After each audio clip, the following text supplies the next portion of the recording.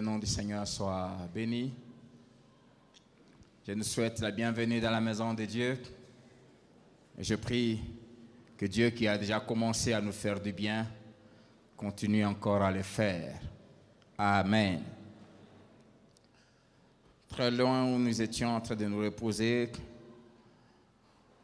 à des reprises, Dieu m'avait réveillé au milieu de la nuit pour me demander en disant, prie pour l'Église et prie pour les scandales. Prie plutôt contre les scandales. Prie pour que tout projet de scandale que l'ennemi conçoit soit anéanti.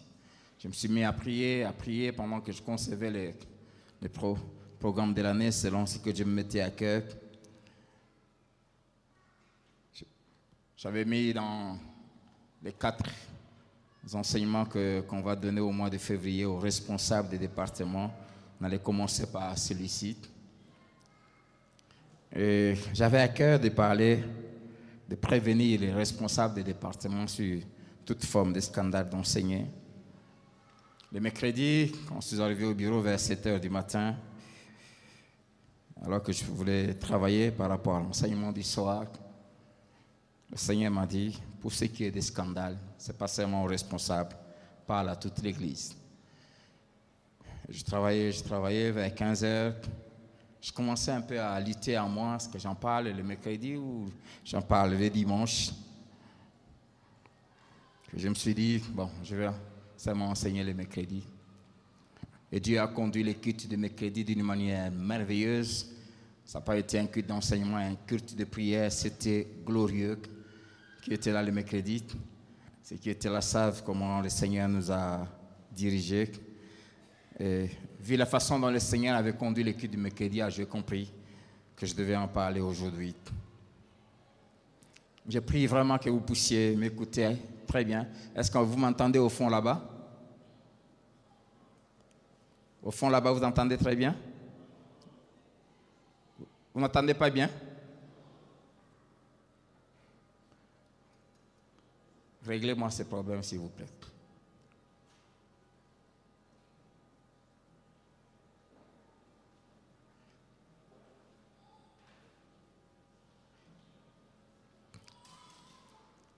Ça va? Vous entendez bien? Très bien. S'il y a un problème, nous sommes en train de travailler, d'améliorer les choses. Si vous n'entendez pas bien, il faut lever la main. Amen. C'est extrêmement important. J'aimerais m'adresser à toute l'Église. J'aimerais m'adresser à ceux qui ont été mandatés par l'ennemi pour chercher à causer des scandales. J'aimerais m'adresser aux enfants de Dieu, nous prévenir sur les scandales. Le thème de mon message, c'est les scandales dans l'Église. Les scandales dans l'Église. 3 passages que nous allons lire. Le premier, c'est dans Matthieu 18. Matthieu 18, versets 6 à 7. Le deuxième, 1 Corinthiens 8, versets 8 à 13. 1 Corinthiens 8, versets 8 à 13. Et le troisième, Romains 14, 13 à 22. Romains 14, 13 à 22. Nous commençons par ces paroles fortes de Jésus lui-même, dans Matthieu 18, versets 6 à 7. Mais si quelqu'un scandalisait un de ces petits qui croient en moi, il vaudrait mieux pour lui qu'on suspendît à son cou une mêle de moulin et qu'on le jetât au fond de la mer. Malheur au monde à cause des scandales. Car il est nécessaire qu'il arrive des scandales. Mais malheur à l'homme ou à la femme par qui les scandales arrivent. Malheur à l'homme ou à la femme par qui les scandales arrivent. 1 Corinthiens 8, verset 8 à 13. Ce n'est pas un aliment qui nous rapproche de Dieu. Si nous en mangeons, nous n'avons rien de plus. Si nous n'en mangeons pas, nous n'avons rien de moins. Prenez garde, toutefois, que votre liberté ne devienne une pierre d'achoppement pour les faibles. Car si quelqu'un te voit, toi qui as de la connaissance, qui est mature, qui est fort dans la vie chrétienne, assis à table dans un temple d'idoles, sa conscience, à lui qui est faible, ne le portera-t-elle pas à manger de viande sacrifiée aux idoles? Et ainsi le faible périra par ta connaissance, le frère pour lequel Christ est mort. En péchant de la sorte contre les frères et en blessant leur conscience faible, vous péchez contre Christ. C'est pourquoi, si un aliment scandalisait mon frère, je ne mangerai jamais de viande afin de ne pas scandaliser mon frère. C'est pourquoi si un aliment scandalisait mon frère, je ne mangerai jamais de viande afin de ne pas scandaliser mon frère. Romains 14, versets 13 à 22. Ne nous jugeons donc plus les uns les autres, mais pensez plutôt à ne rien faire qui soit pour votre frère une pierre d'achoppement ou une occasion de chute. Je sais et je suis persuadé par le Seigneur Jésus que rien n'est impur en soi et qu'une chose n'est impure que pour celui qui la croit impure. Mais si pour un aliment ton frère est attristé, tu ne marches plus selon l'amour. Ne cause pas par ton aliment la perte de celui pour lequel Christ est mort. Que votre privilège, dans Corinthiens il dit liberté, ne soit pas un sujet de calomnie.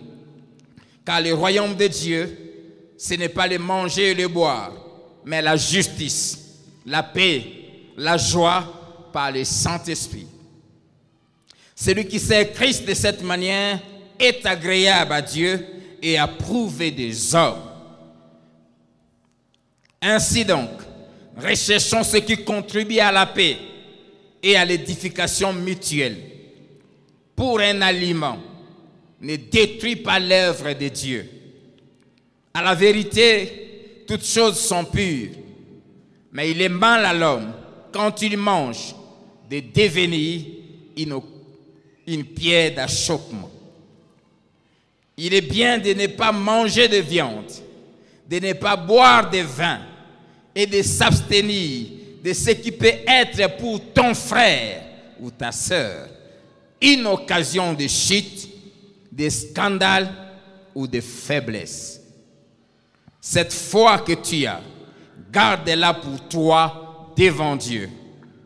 Heureux celui qui ne se condamne pas lui-même dans ce qu'il approuve. Amen.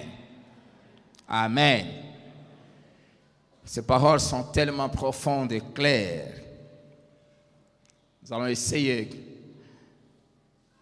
de les commenter selon que l'Esprit nous a mis à cœur. Les scandales dans l'Église. C'est quoi l'Église?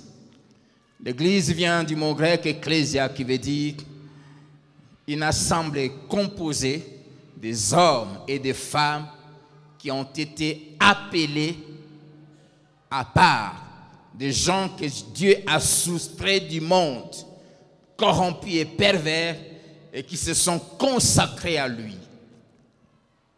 Des gens, des hommes et des femmes saints, appelés à ressembler à Christ et à manifester. Nous allons y revenir déjà le dimanche prochain pour continuer avec les thèmes qu'on est en train d'aborder, qui manifestent la nature du royaume des cieux. C'est quoi scandaliser? Le mot scandaliser vient du grec scandalizo qui veut dire littéralement faire tomber, pousser quelqu'un qui est là, je suis là debout ici, quelqu'un vient derrière, il me pousse et je tombe. Pousser quelqu'un ou faire tomber quelqu'un. Pousser quelqu'un à tomber. Entraîner quelqu'un dans le mal. Comme Delilah l'avait fait en entraînant Samson dans le mal. Ça veut aussi dire piéger. Piéger quelqu'un pour qu'il tombe dans le péché. Comme la femme de Potiphar avait piégé Joseph. Gloire au Seigneur. Joseph n'avait pas péché. Elle lui a piégé en l'appelant dans sa chambre. Joseph croyait que c'était pour nettoyer quelque chose ou arranger la chambre, alors qu'on l'avait tendu un piège pour l'entraîner dans le mal. Comme Shema et Jacques, dans Néhémie chapitre 6, versets 10 à 14, qui avait piégé Néhémie en lui donnant de fausses prophéties, en disant « Viens, fuyons, allons nous cacher dans le temple, car ils vont venir pour t'arrêter et te tuer cette nuit. » Et Néhémie qui connaissait la parole dit « Un homme comme moi fuit. » Et qui est cet homme qui, comme moi, peut entrer dans les temples sans être puni par Dieu? Et il dit, et j'ai discerné, j'ai compris que ce n'était pas Dieu qui le poussait, mais parce qu'on lui avait payé de l'argent par mes ennemis pour me pousser à pécher et à entrer dans le temple et de pécher parce qu'il n'était pas sacrificateur. Et ainsi, ils allaient profiter de cela pour me discréditer. Scandaliser veut dire aussi influencer. Influencer quelqu'un dans le mal pour le pousser à pécher. Proverbe chapitre 1, versets 10 à 16. Ce père parle à son fils et il avertit en disant, Proverbe 1 à partir du verset 10, « Mon fils, si des pécheurs veulent te séduire, ne te laisse pas gagner. S'ils disent, viens avec nous, dressons des embûches, versons du sang, tendons des pièges à celui qui se repose en vain sur son innocence. Engloutissons-les tout vifs, comme le séjour des morts, et tout entier, comme ceux qui descendent dans la fosse. Nous trouverons toutes sortes de biens précieux. Nous remplirons des butins nos maisons. Tu auras ta part avec nous. Il n'y aura qu'une bourse pour nous tous. Mon fils, ne te mets pas en chemin avec eux. Détourne ton pied de leur sentier, car leurs pieds courent au mal, et ils ont hâte de répandre le sang. Mais en vain jette-t-on le filet devant les yeux de tous ceux qui ont des ailes. Et eux, c'est contre leur propre sang qu'ils dressent des embûches. Séduis, si des pécheurs veulent te séduire, t'entraîner, t'influencer,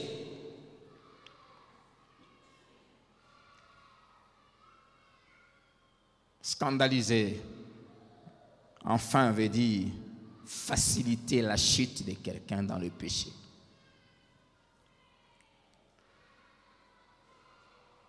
Aider quelqu'un à faire le mal, lui faciliter les choses.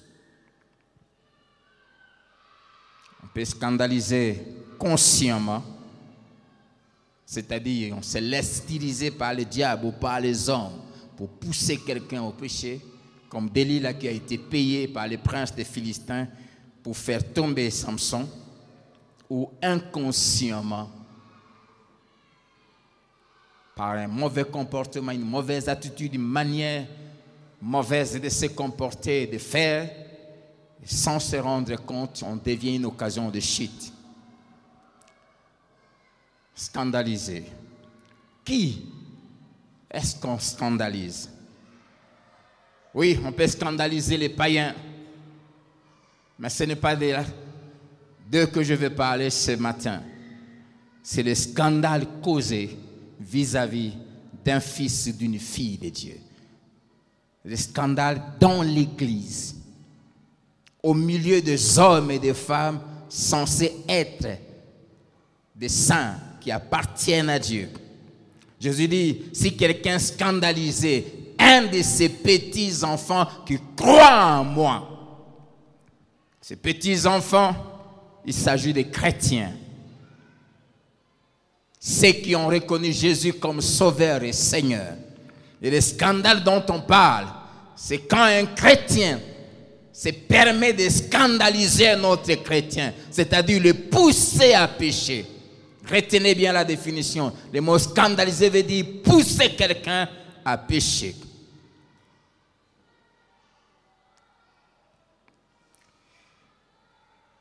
Une vérité importante qu'il faut savoir avant d'aller plus loin. Dieu tient à ses enfants. Dieu tient à ses enfants. Dieu veille sur ses enfants et ils sont précieux à ses yeux. Très précieux. 5 choses que Dieu fait pour ses enfants. La première, ses enfants, il a fait de son héritage. Il les entoure et les prend soin d'eux. Comme l'aigle, il voltige autour de ses enfants. Il le couvre de ses ailes. Vous pouvez trouver ça dans Deutéronome 32, versets 8 à 12. Il dit d'Israël, je t'ai pris dans une contrée mauvaise, dangereuse. Je t'ai amené, je t'ai couvert, je t'ai protégé, j'ai pris soin de toi. Dieu a ramassé ses enfants. Nous étions en train de nous vautrer dans le mal, dans l'esclavage de Satan et du péché. Et Dieu est allé nous prendre là-bas. Et il a fait de nous son héritage. Un enfant de Dieu est un bien de Dieu, est une propriété privée de Dieu. Et Dieu veille sur sa vie et prend soin de lui. Deuxièmement, Dieu a ses yeux sur ses enfants. 24 heures sur 24. Deutéronome 11, verset 12. Dieu parle, Moïse parle aux enfants d'Israël comment Dieu veille sur eux, sur leur nation, du premier jour de l'année jusqu'au dernier jour de l'année.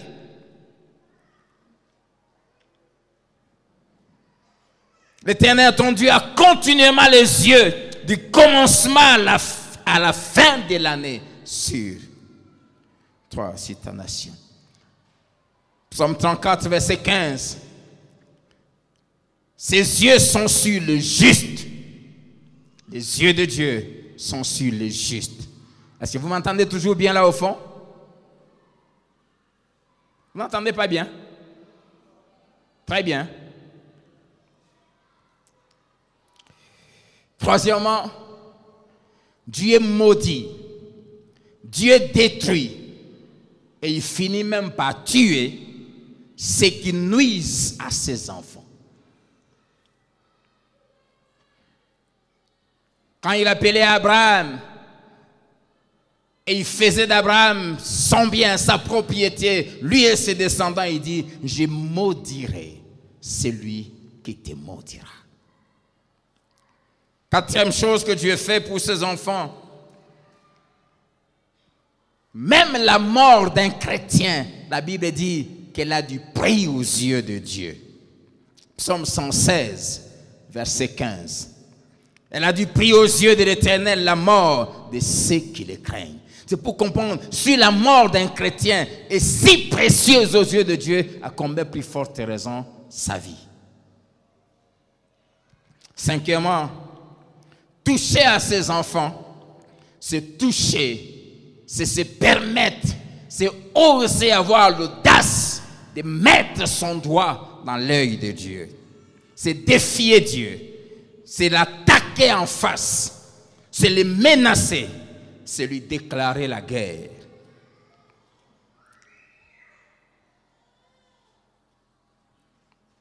Et une des façons de menacer Dieu, de déclarer la guerre à Dieu, c'est de scandaliser ses enfants.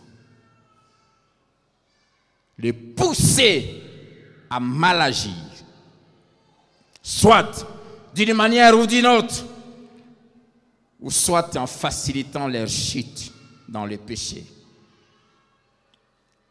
Paul appelle cela être une occasion de chute,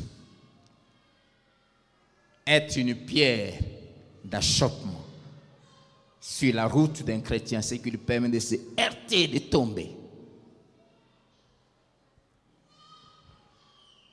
Retenons ces 4 vérités. La première, la vie chrétienne est très étroite. J'en ai parlé le dimanche passé. On ne peut pas faire ce qu'on veut en Christ et dans son Église. Elle est resserrée. Deuxièmement, nous n'avons qu'une seule liberté en Christ. c'est celle que la parole de Dieu nous donne et nous délimite. Troisièmement, nous n'avons qu'un seul style de vie et un seul modèle qu'il faut imiter. C'est Jésus-Christ. C'est la vie de Christ. Philippiens 2, 5, la Bible dit « Ayez en vous les sentiments qui étaient en Jésus-Christ ». La parole vivante dit « Ayez-vous tous l'estime qu'on se doit en Christ et que votre attitude envers les autres procède de votre vie en lui. Prenez modèle sur Jésus-Christ. Ayez en vous les pensées et les sentiments qui animaient Jésus jadis. » Quatrièmement, nous n'avons qu'une seule tenue à porter. Depuis le jour où nous avons accepté Jésus jusqu'à la fin de nos vies, nous n'avons qu'une seule tenue. On ne la change jamais. Si on est vraiment un vrai chrétien, une vraie chrétienne. Et cette tenue s'appelle l'amour. Jean 13, verset 35. Avant d'aller affronter la croix, Jésus dit aux 12, « À ceci, tous reconnaîtront que vous êtes mes disciples si vous avez de l'amour les uns pour les autres. » Tous, la terre entière, reconnaîtront que vous êtes mes disciples si vous avez de l'amour. On reconnaît facilement un militaire quand il est en tenue. On reconnaît facilement un médecin quand il est dans sa tenue. Et on reconnaît facilement un chrétien quand il met sa tenue. L'amour.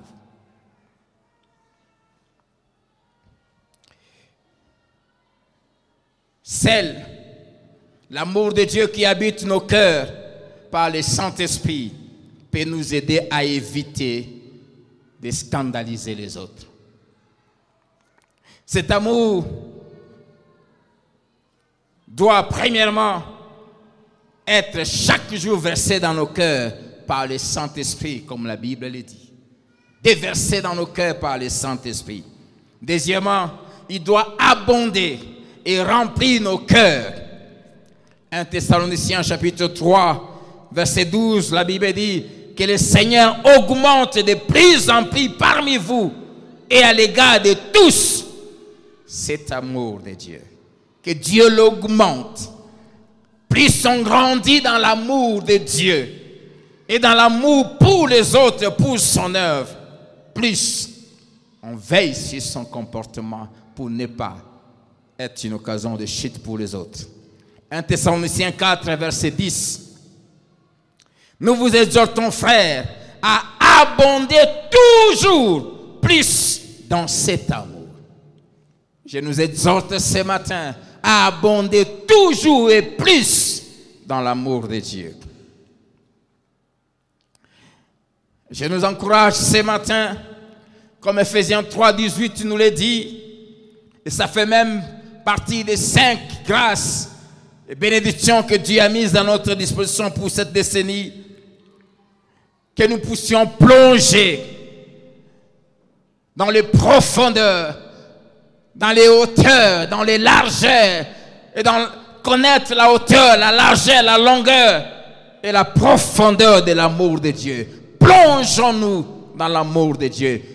Baignons-nous dans cet amour, nageons dans cet amour, que nous en soyons submergés. Et si tel devient notre cas, il n'y aura jamais de scandale à l'Église. C'est l'amour de Christ en nous. Et pour Christ, nous préserve d'être une occasion de chute, de scandale ou de faiblesse pour les autres. Matthieu 22, 36 à 40. Alors qu'un homme vient lui poser la question, quel est le plus grand commandement de la loi? Jésus lui répond, le premier, tu aimeras le Seigneur ton Dieu de tout ton cœur, de toute ta force, de toute ta pensée et de tout ton être. Quand on aime Dieu plus que tout, ça nous pousse à éviter et à refuser de faire des choses qu'il interdit. Et le deuxième, il dit, tu aimeras ton prochain comme toi-même. Et quand on aime vraiment son prochain, ça nous pousse à éviter et à refuser de lui faire du mal ou de faire des choses qui peuvent le pousser à pécher contre Dieu. Ça me pousse à ne pas lui faire des choses que je n'aime pas qu'on me fasse. Et la règle d'or de la Bible se trouve dans Matthieu 7, verset 12, où Jésus dit, tout ce que vous voulez que les hommes fassent pour vous, faites-le de même pour eux, car c'est la loi et les prophètes. Cette règle résume toute la Bible. Tout ce que vous voulez que les hommes vous fassent, faites-le de même pour eux. Cela veut dire, tout ce que vous ne voulez pas qu'on vous fasse, ne le faites pas aux autres. Nous avons lu dans Romains 14, verset 15, l'apôtre Paul dit, si pour un aliment, si pour un habit, si pour un droit ou quoi, ton frère est scandalisé ou attristé, tu ne marches plus selon l'amour.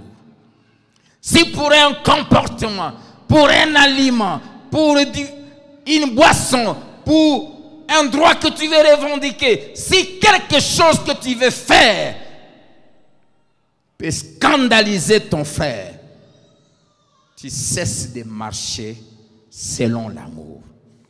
Marcher selon l'amour, c'est éviter et refuser de faire ce qui scandalise, c'est-à-dire qui fait tomber mon frère ou ma soeur dans le péché. J'aimerais nous parler de 5 choses que l'amour nous interdit de faire aux autres. 5 choses que l'amour, si nous l'avons vraiment, l'amour qui vient de Dieu, nous interdit de faire aux autres. La première, et nous la trouvons dans Romains 14, l'amour nous interdit de juger les autres. Ne jamais émettre de jugement sur les autres. Qu'est-ce que la Bible attend par jugement? C'est-à-dire des critiques acerbes et méchantes. Des critiques dénuées de compassion et de pitié. C'est des attitudes arrogantes et suffisantes, dénuées d'amour qui nous poussent à nous croire plus meilleurs que les autres. Dans Jean chapitre 8, verset 1 à 11, on nous parle d'une histoire où les pharisiens, les scribes ont amené vers Jésus une femme juive qui était surprise en flagrant délit d'adultère. Ils l'ont amené vers Jésus. Première chose qui montre leur méchanceté, c'est qu'ils ont laissé l'homme. Ils ont seulement amené la femme. Est-ce que la femme avait commis l'adultère seule? Non. Et ils ont dit à Jésus, nous avons surpris cette femme en flagrant délit d'adultère. Moïse a dit qu'on doit la lapider. Moïse a dit qu'on doit lapider les deux. Amen. Toi, qu'est-ce que tu dis? Jésus a gardé silence. Ils ont continué à insister. Il leur répond que celui parmi vous qui n'a jamais péché, lui jette le premier la pierre. Et la Bible dit, touchez dans leur conscience, du plus grand jusqu'au plus petit. Elle dit du plus grand pécheur jusqu'au moins pécheur. Ils ont commencé à se retirer un à un. Premièrement, par rapport à cette histoire, le péché qui a été commis est condamnable et doit être puni et puni sévèrement. De ce côté-là, non problème. Mais ce que Jésus condamnait, c'était l'attitude critique et méchante de lapider pendant qu'eux-mêmes faisaient les mêmes choses. Et quand Jésus parle aux scribes, aux pharisiens, il leur dit, une race méchante et adultère demandent un miracle. Et même étaient de grands adultères, vivaient dans l'adultère. C'est pourquoi j'aimerais nous partager ces 5 principes en rapport avec les jugements. Le premier, Dieu seul a le droit de juger nos actions. Amen. Dieu seul. Jean 5, verset 22, le Père a remis tout jugement au Fils.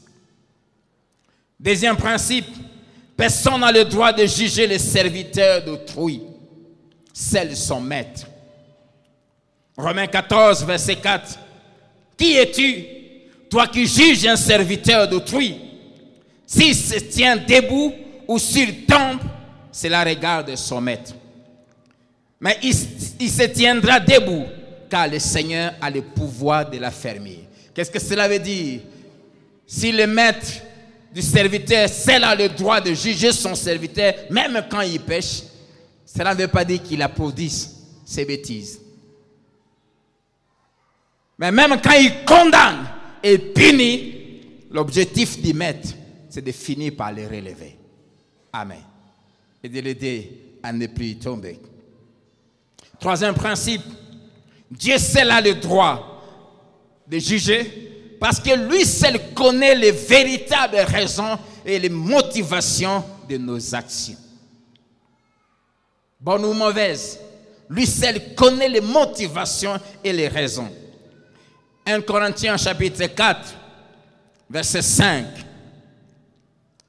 C'est pourquoi ne jugez de rien avant le temps.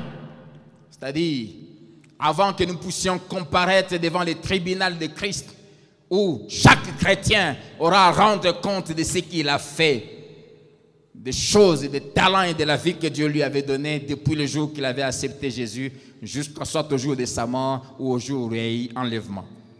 C'est pourquoi ne jugez de rien avant le temps, jusqu'à ce que vienne le Seigneur, qui mettra en lumière ce qui est caché dans les ténèbres et qui manifestera les desseins des cœurs, c'est-à-dire les motivations, les raisons. Alors chacun recevra de Dieu la louange qui lui sera due. Et si j'aimerais prendre l'exemple de Malachie chapitre 2, le verset 15, le verset qui précède la Bible dit, Dieu dit, je hais le divorce. Et il fait un procès à son peuple, il dit, vous couvrez mon autel de larmes, de pleurs, les larmes des femmes dont les maris les ont trompés. Et vous dites pourquoi? Il dit parce que j'ai été témoin de l'infidélité que vous avez commise à l'égard de vos femmes, femmes de jeunesse. Vous avez rompu l'alliance. Et Dieu dit, aucun homme n'a fait cela avec un reste de bon sens. Tout celui qui se livre en adultère devient fou. Il perd les raisonnements. Il perd la réflexion.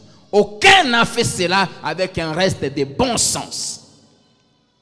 Et Dieu ajoute, un seul l'a fait. Et pourquoi? Parce qu'il cherchait la postérité qui lui était promise. Qu'est-ce que Dieu veut dire? Tous ceux qui se livrent à l'adultère, tous ceux qui trompent leur femme ou leur mari, deviennent fous, perdent la raison, n'ont pris le sens de la réflexion. Mais il y a un seul, en le faisant, avait quand même gardé un peu de ce sens. Dieu explique pourquoi. Il dit, s'il l'a fait, c'est parce qu'il le recherchait. Pas parce qu'il voulait, mais parce qu'il recherchait la postérité. Qu'est-ce que j'aimerais dire par là? Que Dieu seul connaît les motivations. Mais est-ce que Dieu avait approuvé l'adultère d'Abraham? Non. Amen. Il avait désapprouvé cela. Et pour lui montrer que c'était mauvais, il lui a demandé de chasser et la femme et son enfant. Cette deuxième femme. Il avait condamné cela. Il avait désapprouvé cela. Mais il explique les motivations. Peu importe les raisons que parfois qu'on peut avancer, le mal reste le mal. Amen.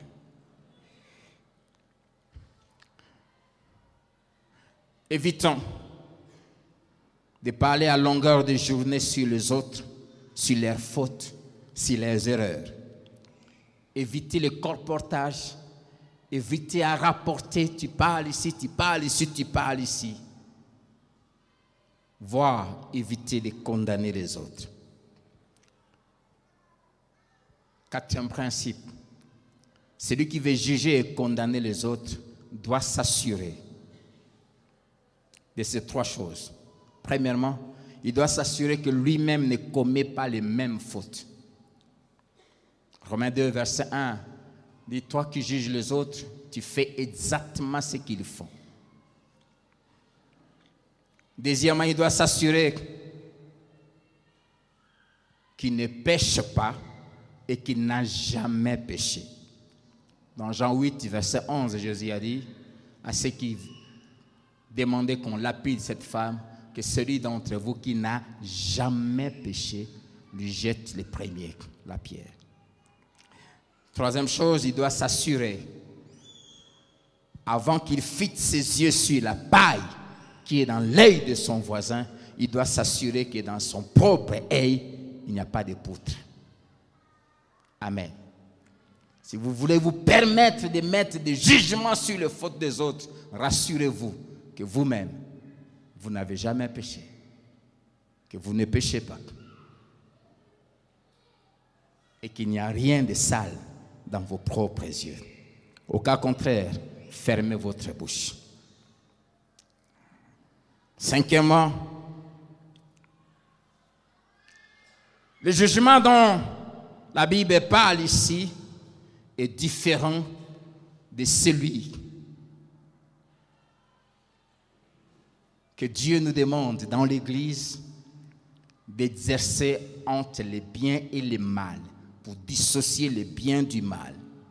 Par exemple, dans Matthieu chapitre 7, où Jésus commence au verset 1er, ne jugez point, vous ne serez pas jugés. Au verset 6, il dit, ne donnez pas les choses saintes aux chiens et ne jetez pas vos perles devant les pourceaux de père qui ne le foulent aux pieds et ne se retournent et ne vous détruisent. Il fait déjà la différence entre les fils et ceux qui ne le sont pas. Et là, à l'Église, nous avons le droit de faire cette différence-là.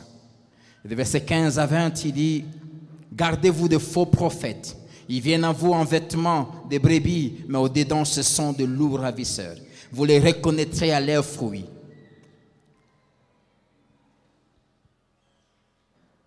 Et ici, il montre que nous devons émettre un jugement, c'est-à-dire savoir apprécier ce qui est bien et ce qui est mal. Et le mal, on le condamne. On ne l'applaudit pas. Et ce qui est bien, on l'applaudit. Et savoir discerner entre ceux qui sont de Dieu et ceux qui ne le sont pas. Et il nous dit, ce qui nous permet de reconnaître à l'Église ceux qui sont de Dieu et ceux qui ne le sont pas, c'est quoi? C'est le fruit. C'est les actes que quelqu'un pose. Donc, notre comportement dans l'Église nous permet aux autres de savoir si nous sommes vraiment chrétiens ou pas. Et quand ils arrivent à émettre un jugement entre le bien et le mal, que vous dégagez dans votre conduite, ils savent maintenant comment vous traiter. Avec amour, bien sûr, mais avec fermeté aussi. Amen. Deuxièmement, le jugement dont il est question ici est différent de la discipline qui doit être exercée dans l'Église. Comme dans Matthieu 18, 15 à 20, Jésus dit, si ton frère a péché, il dit, garde le silence. Si tu constates que ton frère a péché, qu'est-ce qu'il faut faire? Va le voir. Et reprends-le. Celle à celle. S'il t'écoute, tu as gagné ton frère et ça s'arrête là et tu ne vas pas en parler à quelqu'un d'autre. On devient une occasion de justice quand on va en parler à quelqu'un d'autre. Mais s'il ne t'a pas écouté, En ce moment-là, prends un ou deux responsables. Va avec eux auprès du frère. À deux ou à trois, vous lui parlez encore. S'il vous écoute, l'affaire se règle et s'arrête. Là, on l'enterre. On n'a même pas besoin d'amener ça chez les pasteurs. On l'enterre là si le frère écoute et décide de changer. Mais si il ne vous écoute pas, vous deux ou vous trois, en ce moment-là, amenez la chose à l'église, c'est-à-dire au pasteur, au responsable. Et en ce moment, l'église va les convoquer et lui dire, frère, nous avons appris que tu as fait ça, tu as fait ça. Et ce que tu as fait est condamnable par la Bible. Est-ce que tu veux changer? S'il dit oui, gloire à Dieu, ça se réglera, il se répand, on prie pour lui, on le bénit et continue sa marche avec Dieu. S'il lui refuse de changer, en ce moment-là, on l'amène devant toute l'église. On informe toute l'église que tel frère se conduit de telle manière, telle sœur se conduit de telle manière. Nous avons utilisé toute la procédure de la parole de Dieu et il n'a pas voulu changer. Alors à dater d'aujourd'hui, toute l'église, sachez qu'il n'est plus un frère pour nous, c'est un païen. Amen. Et on le traite comme ça. Ça, ce genre de jugement-là, c'est-à-dire, ça c'est pour traiter le mal dans l'église. Comme il est écrit aussi dans 1 Corinthiens, chapitre 5, verset 2 à 5, nous parle d'un homme qui se conduisait mal dans l'église, qui couchait avec la femme de son père. Et verset 13 à 20, l'apôtre Paul nous fait voir en disant que moi, si j'étais au milieu de vous, j'aurais déjà jugé, c'est-à-dire déclarer ce que Dieu dit par rapport à un tel comportement. Qu'un tel homme soit même livré à Satan, parce qu'il ne veut pas changer. Et il dit, nous n'avons pas à juger ceux de dehors, mais ceux de dedans, ceux de l'église, nous devons les juger. Si tu es enfant de Dieu, si tu te comportes mal, nous avons le droit de te recadrer, tout en suivant la procédure de Matthieu 18. Amen. Et il dit, ôtez le mal du milieu de vous. Et il dit, mais il va plus loin, il dit, n'ayez pas de relation avec quelqu'un qui s'appelle frère, sœur, mais qui est impudique, qui est voleur, qui est idolâtre, c'est-à-dire occultiste, qui est menteur. Ici, toute une liste de choses. Et l'apôtre Paul, et Jean plutôt, va même plus loin, il dit, ne les saluez même pas. Et dans 2 Thessaloniciens 3, l'apôtre Paul dit, n'ayez pas de communication avec lui. Et le but, afin qu'il éprouve de la honte et qu'il change. Amen.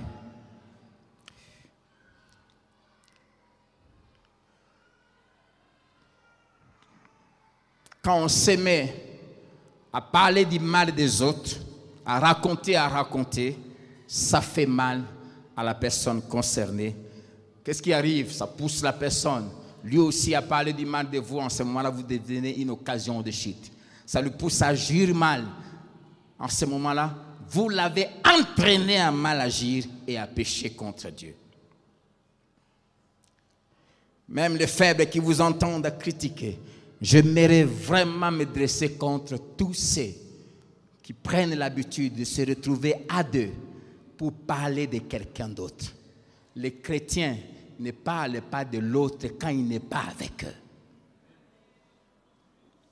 De vrais chrétiens ne citent pas le nom de quelqu'un qui n'est pas là pendant qu'il parle.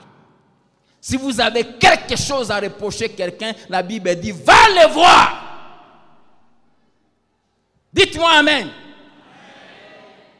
Si tu n'as pas le courage d'aller le voir, ferme ta bouche. Je répète, si tu n'as pas le courage d'affronter ton frère ou ta soeur pour lui dire ce que tu fais est mal, ferme ta.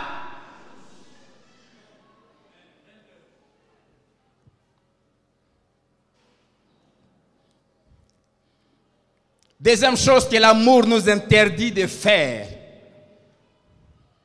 pour ne pas scandaliser, Le verset 13 de Romains 14 nous dit, pensez à ne rien faire qui soit pour ton frère une occasion de chute ou une pierre d'achoppement. L'amour nous pousse à ne rien faire qui peut pousser mon frère à pécher.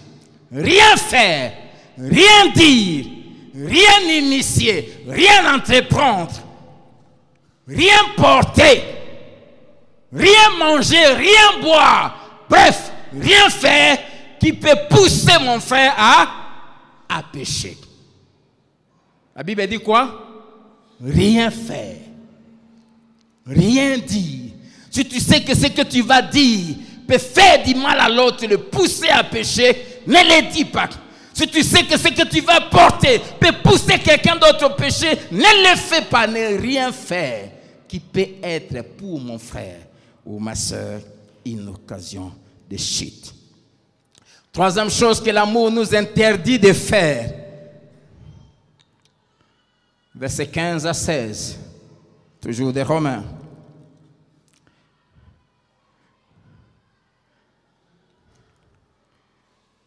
C'est de veiller sur notre liberté chrétienne.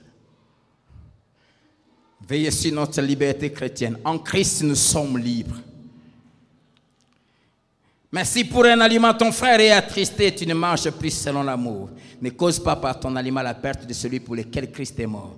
Que votre privilège ne soit pas un sujet de calomnie. Évitez de faire des choses qui peuvent être, malgré ma liberté, faire chuter quelqu'un d'autre. Amen. Amen.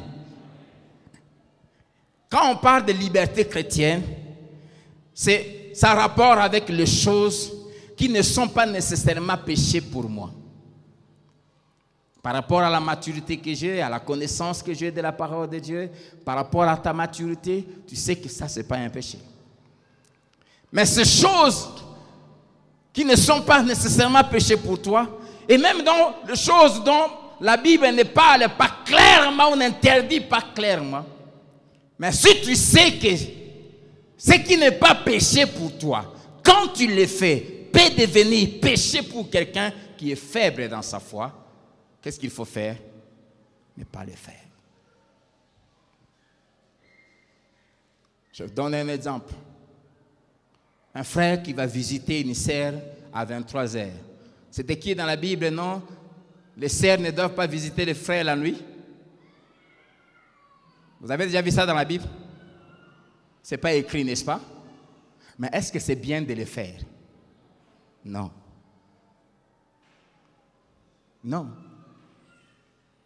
Parce que si moi je suis en train de passer à 23 heures, je te vois avec cette sœur-là à 23 heures en train de parler, je vais penser quoi?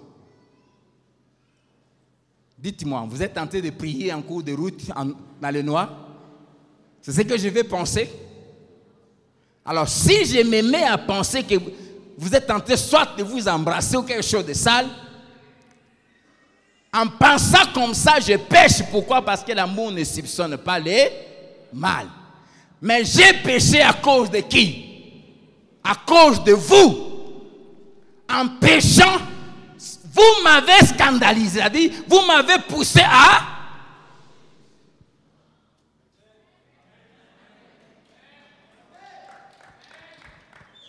C'est ça, scandaliser. Pousser quelqu'un à pécher.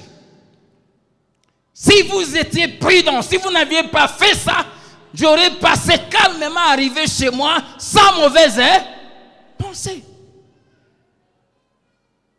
Peu importe, même si les raisons étaient pures, mais le fait de le faire, vous avez été une occasion de chute. Fixez un rendez-vous d'affaires dans un bar. Quelqu'un m'appelle, pasteur, j'ai ma dîme, je suis dans un bar. Je pars là-bas. Le frère n'est pas dans le bar pour boire. Peut-être le propriétaire du bar, c'est son grand frère qui l'a appelé. Et moi aussi, je pars là-bas. Je rencontre le frère. On est en train de parler assis dans Bah, toi, tu es en train de passer, tu regardes, oh, c'est le pasteur, non? Oui, c'est lui. Tu me vois assis dans un bar. Même ici, il n'y a pas une bouteille de... Tu me vois là assis. Qu'est-ce que tu vas dire? Hein? Qu'est-ce que tu vas penser? Est-ce que la Bible, vous avez vu un verset dans la Bible, on a dit, un homme de Dieu ne doit pas être assis dans un bar? Il y en a?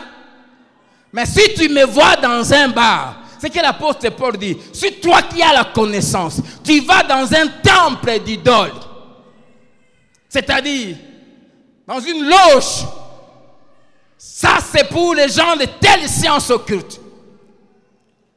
Et quelqu'un qui est dans cette histoire me fixe rendez-vous, m'appelle, que je le voie là-bas. Pasteur, vous pouvez venir prier pour moi? Je suis à tel endroit. Et tu me vois, moi, j'étais parti prier. Mais toi, tu me vois sortir à 19h de cet endroit que toi, tu sais que c'est réservé aux gens de telle catégorie. Tu vas dire quoi? Hein? Pasteur, bah pasteur, alléluia, c'est pas vrai. En disant ça, et comme je te connais, tu ne vas pas t'arrêter là. Directement, tu vas prendre ton téléphone. Tu vas appeler les frères Jean. Hé! Je viens de voir le pasteur qui sort de tel endroit. Mais j'étais parti faire quoi? Prier pour quelqu'un. J'ai fait du mal là-bas. Mais quand toi tu me vois, tu te mets même à parler. Tu fais quoi? Tu pêches. Mais qui t'a poussé à pécher? Moi. En utilisant mal ma liberté chrétienne, j'étais poussé à... J'ai fait quoi? J'étais scandalisé.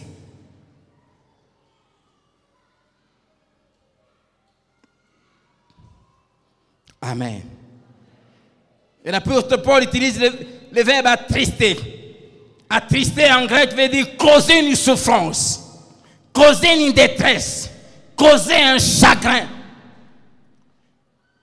Par la mauvaise utilisation de ta liberté chrétienne, tu causes, tu attristes les autres frères. C'est très grave qu'un chrétien soit attristé par un autre chrétien. Un chrétien peut être attristé s'il voit un autre chrétien faire des choses que lui considère comme péché. Mais la tristesse est plus forte encore si un chrétien faible, nouveau converti, est attristé par celui qu'il considère comme un modèle. Quelqu'un qui le respecte. C'est pour cela, vous qui êtes des responsables, veillez sur vos vies. Qu'est-ce qui va arriver? Ça va le pousser, un, à faire la même chose. Deux, à revoir ses standards de la vie chrétienne. Il va se dire, si le pasteur fait ça, alors pourquoi pas moi aussi? Il revoit à la baisse ses standards chrétiens. C'est pour cela que j'aime ce que l'apôtre Paul dit dans Romains 8, plutôt dans 1 Corinthiens 8 que nous avons lu. Ce n'est pas un aliment qui nous rapproche de Dieu. Amen. Ce n'est pas un habit. Ce n'est pas un droit. Ce n'est pas quelque chose. Non. Si nous mangeons, rien de plus qui s'ajoute à notre vie spirituelle. Si on n'en mange pas, si je porte tel habit, ça ne change rien à ma spiritualité. Si je ne le porte pas, ça ne change rien. Si j'ai telle amitié, ça n'apporte rien. Si je la perds, ça ne change rien. Prenez garde, toutefois, que votre liberté ne devienne une pierre d'achoppement pour les faibles. Voilà. Prenez garde. Si quelqu'un te voit, toi qui te dis sage, en train de faire des choses que lui considère mauvaises, la Bible dit, mauvaise plutôt, le faible périra par ta connaissance. Les frères pour lesquels Christ est mort. En péchant de la sorte contre les frères et en blessant les consciences faibles, vous péchez contre Christ. Ne causons pas la perte. Le mot causer en grec veut dire une dévastation totale, veut dire une ruine totale, la perte du mieux-être spirituel. Causer la perte, c'est nuire gravement à sa croissance spirituelle.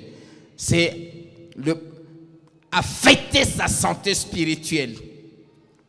C'est avoir du mépris pour l'œuvre du Seigneur et offenser gravement Dieu. Ne jamais causer la perte de quelqu'un, c'est ne jamais être une source de chute pour lui par ta liberté. Ne jamais le pousser. Il dit que l'apôtre Paul dit que votre liberté ne soit pas sujet de calomnie. Quand tu gères mal ta liberté chrétienne, tu pousses les autres à te calomnier. Et en te calomniant, ils pêchent. Mais Dieu va les condamner, mais te condamner surtout toi qui les as poussés à calomnier. Amen. Amen. C'est pour cela qu'il y a des choses que je veux vraiment interdire ici à l'église. Frère, ne vous permettez plus d'appeler une sœur tard la nuit. Amen. Sœur, n'appelez plus jamais un frère tard la nuit. Chère sœur, surtout vous jeunes filles, ne demandez pas un service à un homme marié de l'église sans passer par sa femme. Est-ce que je me fais comprendre? Les filles, je me fais comprendre? Vous avez besoin qu'un homme, qu'un frère vous aide, passez par sa femme. Frère, ne demandez pas un service à une femme mariée sans passer par son mari. Est-ce que ça concerne même les pasteurs? Oui.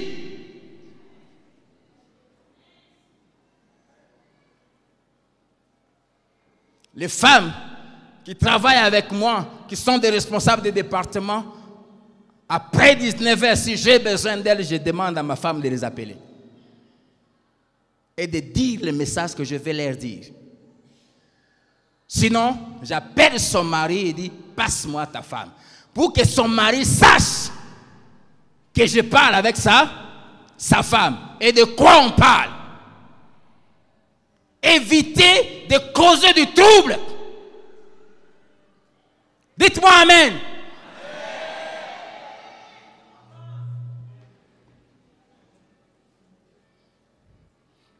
Il y a des choses que je ne fais pas et je demande aussi aux hommes qui sont ici de cesser de le faire.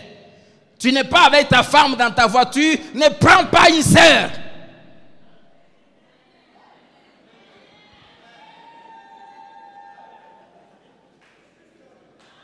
Dites-moi Amen. Amen veut dire qu'il en soit ainsi. Je vais entendre tout le monde me dire Amen.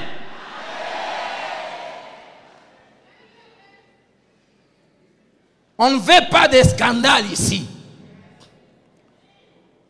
Vous qui faites des entretiens, vous qui visitez les gens, n'allez pas visiter une femme mariée sans qu'il y ait une sœur avec vous.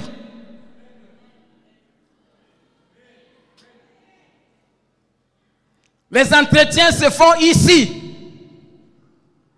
Il faut mettre fin à ces histoires d'appeler des frères de venir chez vous à la maison si vous vivez seul. Venez ici, on prie pour vous ici. Frères de l'intercession, ne jouez pas avec ça. Vous priez pour une sœur, manifestation démoniaque, les démons lui coupent la jupe. Ah, nous avons vécu ça. Et pendant que vous êtes vous deux dans une pièce, les démons lui coupent la jupe. Tu fais quoi? Et pendant que les démons lui coupent la jupe, un autre frère est venu ici peut-être voir, chercher quelqu'un, il entre là-bas, il ouvre. Il trouve toi en train de prier sur une sœur sans habit. Tu veux qu'il pense quoi?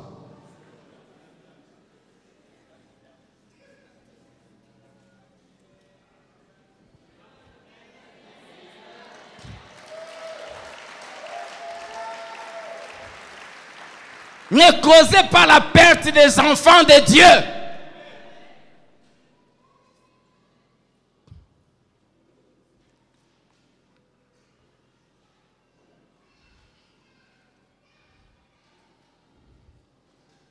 Tu aides quelqu'un qui sait s'opposer, il faut en parler à ta femme.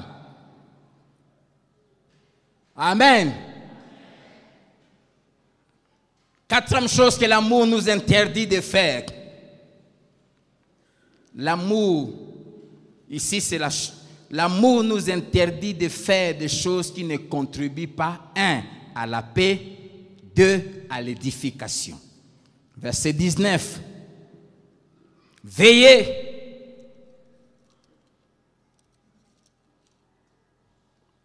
Ainsi donc, recherchons ce qui contribue à la paix et à l'édification mutuelle.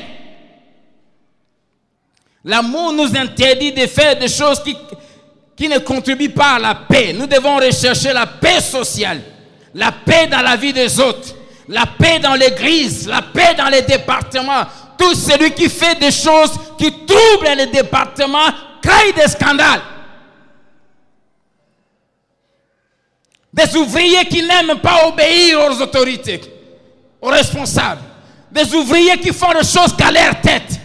Réunion, tu ne viens pas, tu t'excuses pas, tu parles pas. Et là même, je dis déjà, j'allais vous dire en privé, je vous l'ai dit déjà, tous les choristes qui n'étaient pas hier à la réunion ne sont plus membres de la chorale.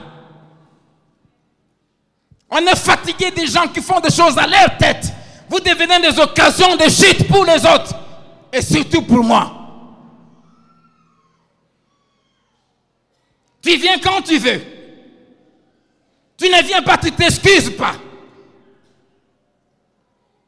Et quand on a besoin de toi, on ne sait pas, tu es où? On ne veut plus de gens qui nous poussent, qui nous cassent la tête dans l'œuvre de Dieu.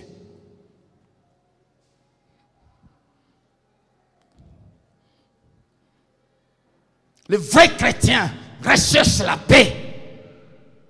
Évite de faire des choses qui troublent l'œuvre, qui troublent la communauté, qui troublent les départements.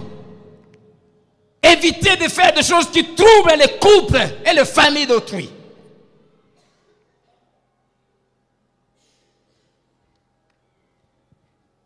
Des blagues avec un homme marié.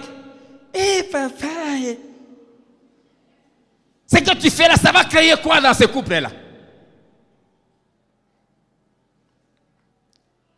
Recherchons ce qui contribue à la paix.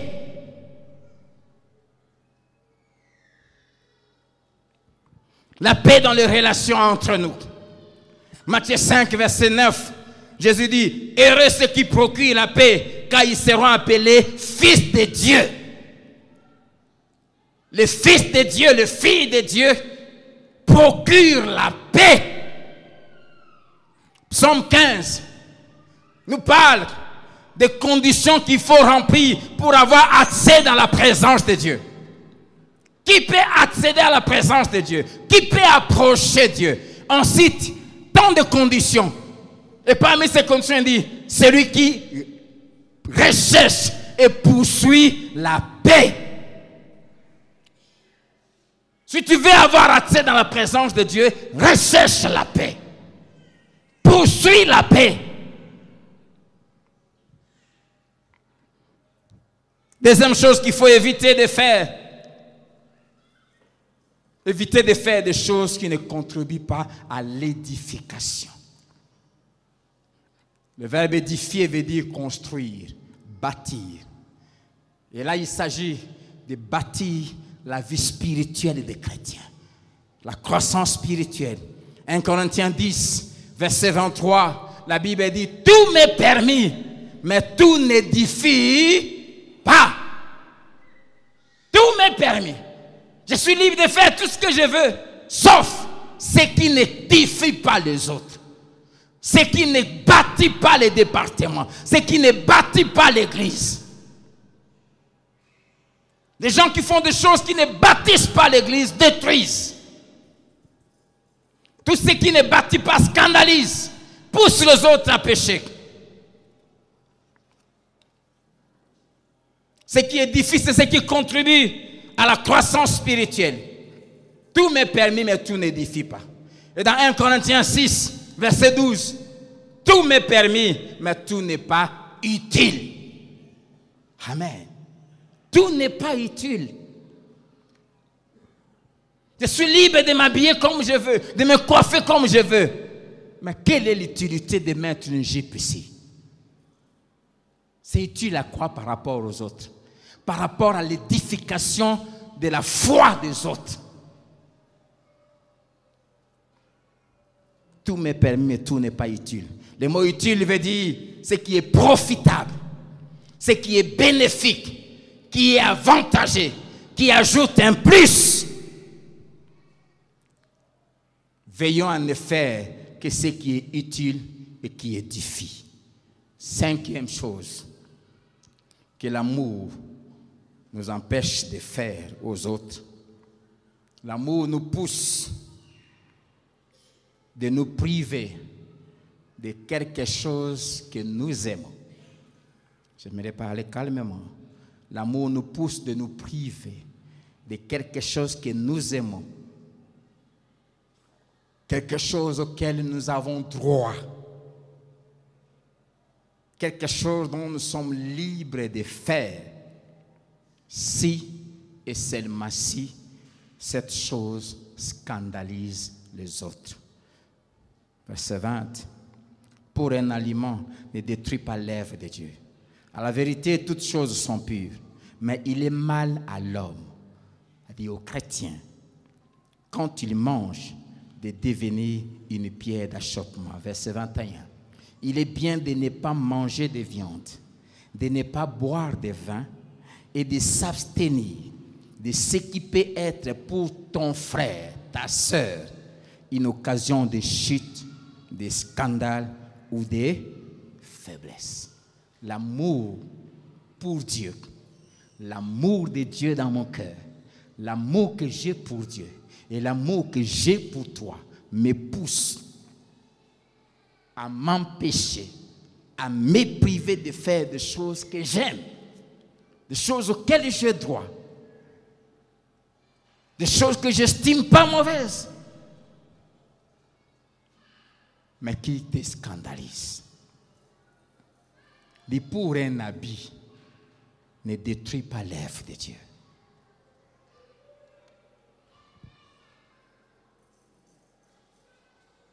Pour un habit.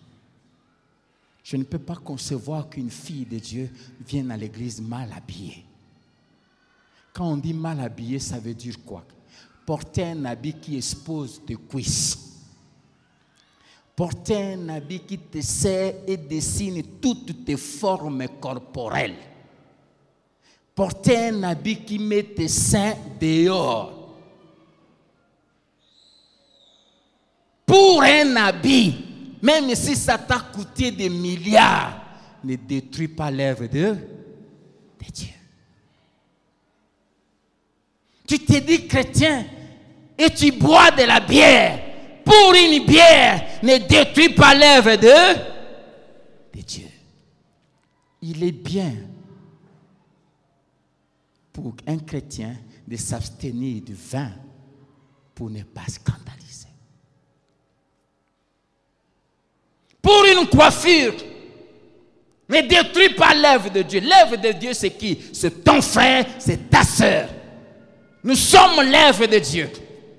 Ephésiens 2:10, la Bible dit, nous sommes son ouvrage, créé en Jésus-Christ pour les bonnes œuvres que Dieu a préparées d'avance afin que nous les pratiquions. Nous avons coûté cher à Dieu. Il a investi de sa vie pour nous sauver, pour nous fabriquer, pour faire de nous ce que nous sommes. Pour un habit ne détruit pas l'œuvre de Dieu. Amen. Dites-moi Amen.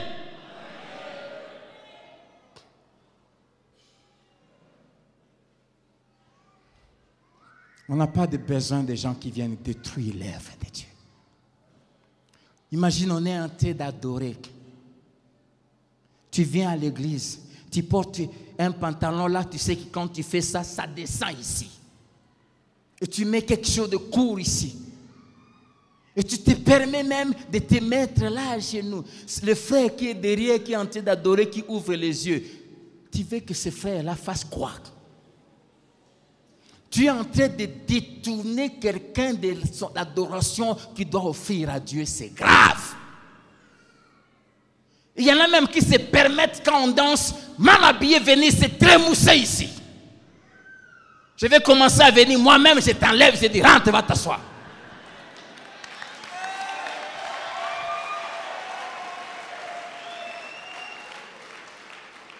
Ne détruis pas l'œuvre de Dieu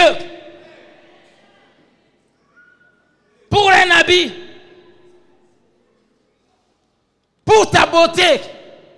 Du reste, quand tu dis que tu es la plus belle, ça c'est selon toi. Pour moi, la plus belle, elle est là.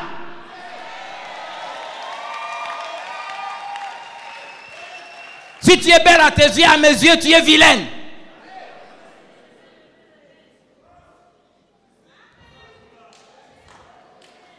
Alors garde ta beauté pour toi.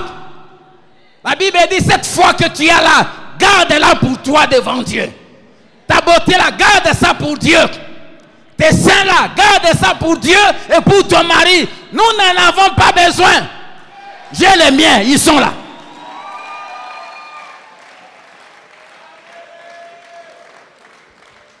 Arrêtons de détruire l'œuvre de Dieu.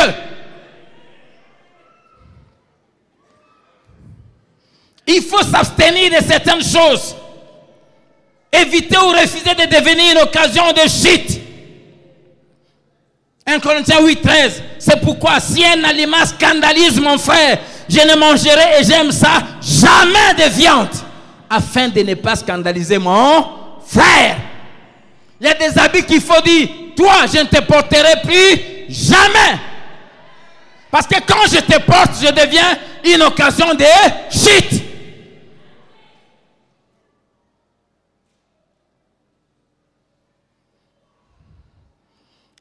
C'est pourquoi, veillons sur nos paroles.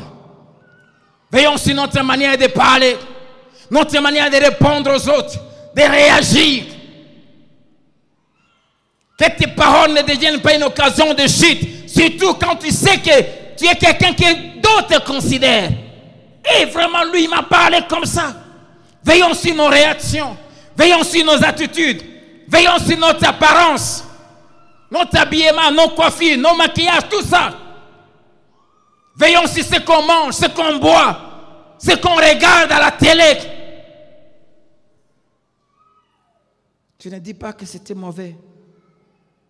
Vous allez voir un jour un aîné, quelqu'un que j'avais beaucoup de considération, mais je peux dire que ce jour-là, quelque chose dans le respect et dans la manière que je l'ai regardé est parti. Je l'ai trouvé en train de regarder. Je ne dis pas que c'est mauvais. De regarder un film d'horreur. Et il était surexcité. On tuait, on étranglait. Il disait, Bomaye.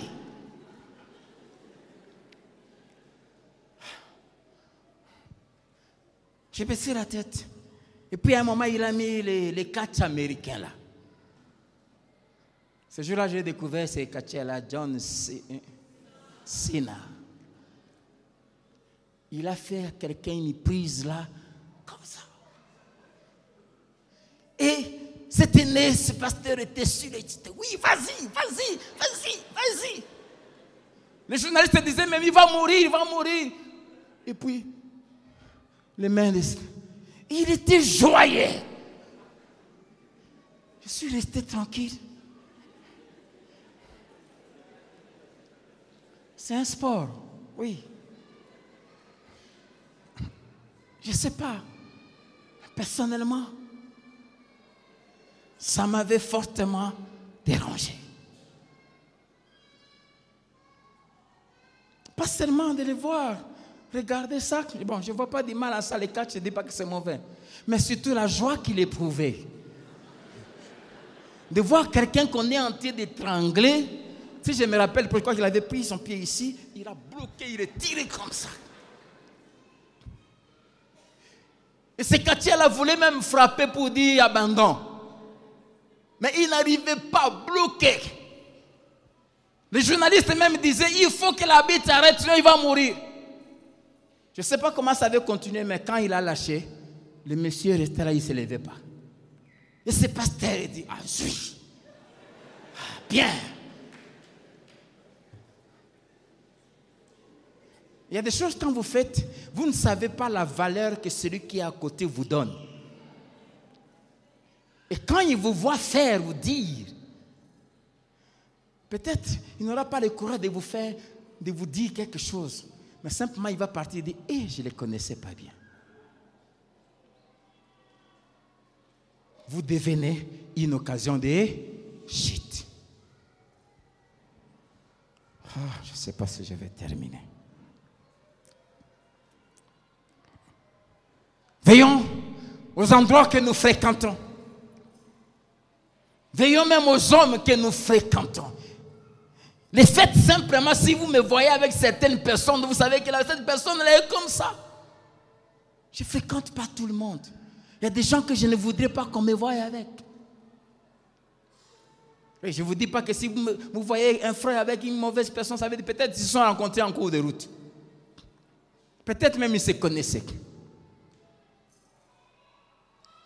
C'est comme un jour, on posait des questions à un bien-aimé musicien dont son petit frère, c'est un grand musicien mondain. Il dit, mais qu'est-ce que vous voulez? Il est mon frère.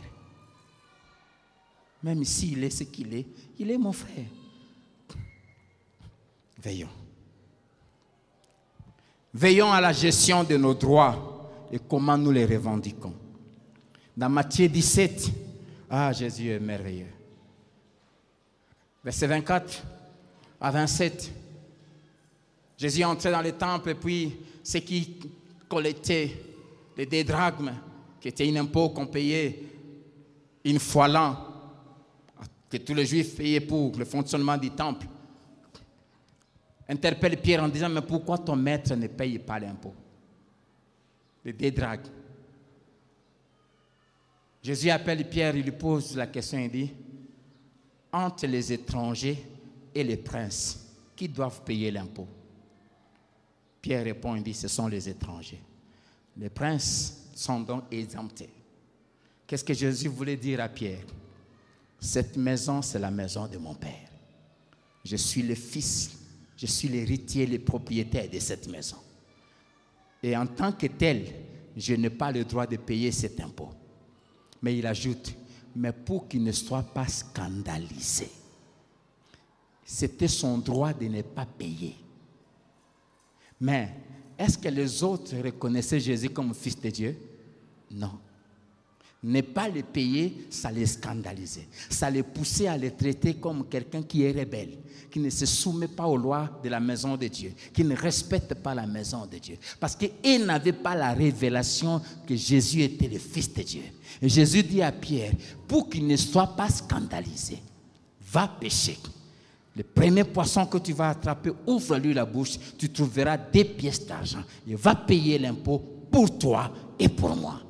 Il y a des choses qu'on est appelé à faire. Il y a des droits. Il y a des choses qu'on a droit, comme l'apôtre Paul dit dans 1 Corinthiens 9. Il dit aux Corinthiens, je vous ai amené au Seigneur. C'est moi qui ai créé cette église. J'ai le droit que vous puissiez me nourrir, me vêtir, prendre soin de moi. Pourquoi? Parce que Dieu lui-même a dit que celui qui travaille à l'autel doit manger à l'autel. Mais il ajoute, mais j'ai refusé de demander ce droit. Et je ne le demanderai jamais. Je ne peux pas me priver de ce sujet de gloire pour ne pas faire obstacle à l'évangile. Même si tu es pasteur comme moi, demain toi qui vas diriger les extensions, c'est le droit des membres de te prendre en charge. Mais tu n'as pas le droit, par honneur, et pour éviter d'être une occasion de chute, d'aller voir quelqu'un pour demander quelque chose. Par honneur. Il y a des droits qu'on ne revendique pas si on a le sens de l'honneur, le sens de la dignité, le sens de la fierté et surtout quand on veut éviter d'être une occasion de chute.